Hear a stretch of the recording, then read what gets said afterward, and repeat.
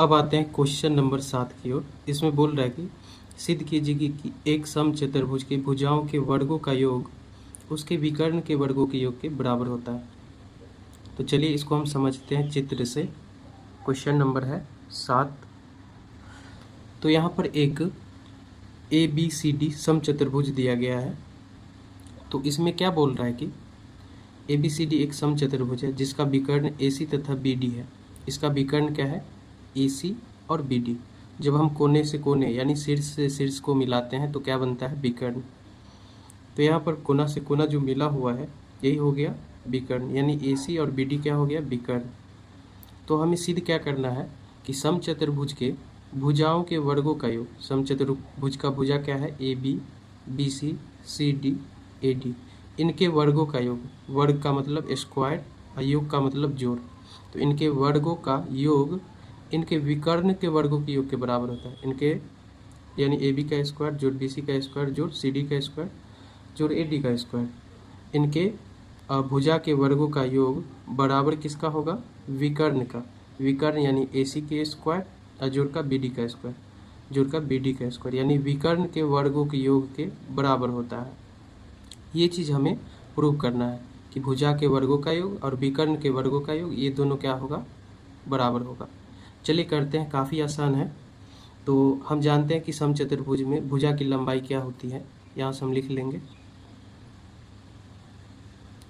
समचतुर्भुज, यहाँ से हो जाएगा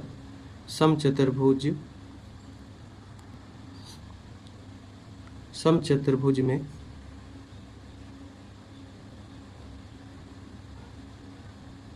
समचतुर्भुज की भुजा क्या होती है? 1/2 गुने रूट अंडर होता है पहला विकर्ण का स्क्वायर। यहाँ पर लिखेंगे पहला विकर्ण का स्क्वायर और जोड़ का होता है दूसरा विकर्ण का स्क्वायर, दूसरा विकर्ण का स्क्वायर। ये होता है समचतुर्भुज की भुजा का सूत्र। तो पहला भुजा हम निकालेंगे, उसकी लंबाई लिखेंगे AB। पहला भुजा क्या है? AB। तो हम यहाँ से लेंगे पहला भुजा AB बराबर क्या होगा? 1/2 रूट अंडर होता है पहला विकर्ण का स्क्वायर। पहला विकर्ण इसमें क्या है? AC, यानी हो जाएगा AC का स्क्वायर और जोड़ का है दूसरा विकर्ण क्या है? BD। तो यहाँ से हो जाएगा BD का स्क्वायर। यहाँ से अगर हम देखें तो इधर रूट लगा है, रूट को हम हटाएंगे तो दोनों ओर क्या करेंगे? वर्ग। तो हम यहाँ से लिख देंगे दोनों ओर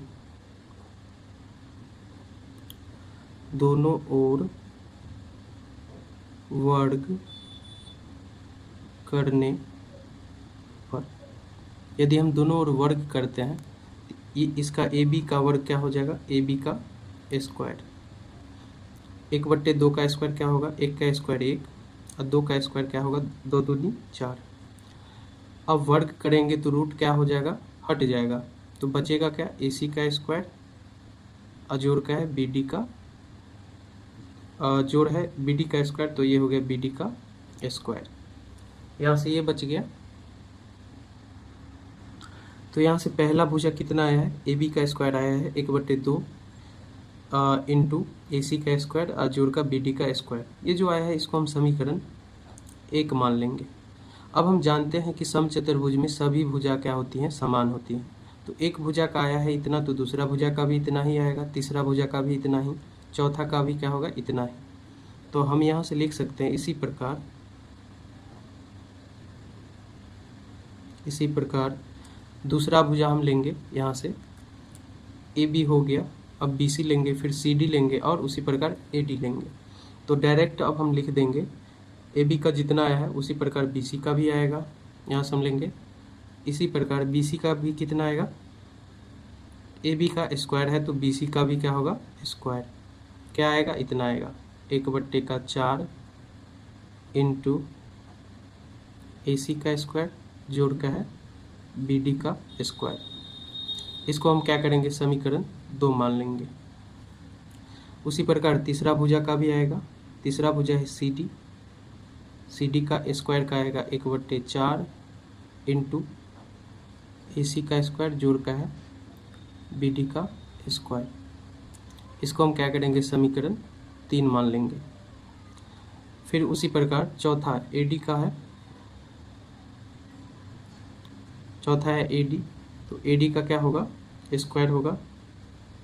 तो इसका भी इतना ही आएगा क्योंकि सभी भुजा क्या होती हैं, समान।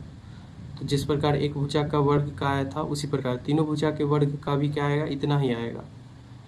तो हम लिखेंगे यहाँ पर AD का स्क्वायर बराबर 1/4 इंटू AC का स्क्वायर जोड़ का BD का स्क्वायर। इसको हम समीकरण 4 मान लेंगे। अब अगर हम देखें हमें लाना क्या है, AB का स्क्वायर जोड़ BC का स्क्वायर जोड़ CD का स्क्वायर जोड़ AD का स्क्वायर बराबर होना चाहिए AC का स्क्वायर जोड़ BD के स्क्वायर का। तो अगर हम समीकरण 1 2 3 4 को जोड़ दें तो क्या होगा, लेफ्ट वाला लेफ्ट साइड से जुड़ेगा और राइट वाला राइट साइड से जुड़ेगा, यानी ये सारा क्या होगा, आपस में जुड़ जाएगा और ये सारा आपस में जुड़ जाएगा। तो चलिए जोड़ते हैं किसको, समीकरण 1 जोड़ 2 जोड़ 3 एवं 4 से। यहाँ से हम लिखेंगे समीकरण 1 जोड़ 2 जोड़ 3 जोड़ 4 से। सभी को हम क्या किए, जोड़ दिए। तो इधर जोड़ेंगे तो ये हो जाएगा AB का स्क्वायर जोड़ BC का स्क्वायर होगा, जोड़ का CD का स्क्वायर होगा, जोड़ का AD है तो AD का स्क्वायर होगा। और यही चीज़ हमें क्या करना था, लाना था। तो इस साइड तो आ गया, अब इस साइड हम जोड़ेंगे, क्या है इस साइड, तो 1/4 AC का स्क्वायर जोड़ BD का स्क्वायर, ये हम लिख देंगे 1/4 इंटू AC का स्क्वायर जोड़ BD का स्क्वायर।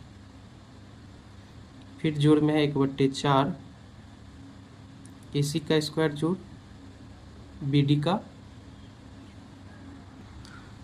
का स्क्वायर। फिर यहाँ से जोड़ का हो जाएगा तीसरा वाला, और जोड़ 1/4 फिर AC का स्क्वायर जोड़ BD का स्क्वायर। फिर आएगा जोड़ का ये वाला 1/4 इंटू AC का स्क्वायर जोड़ BD का स्क्वायर।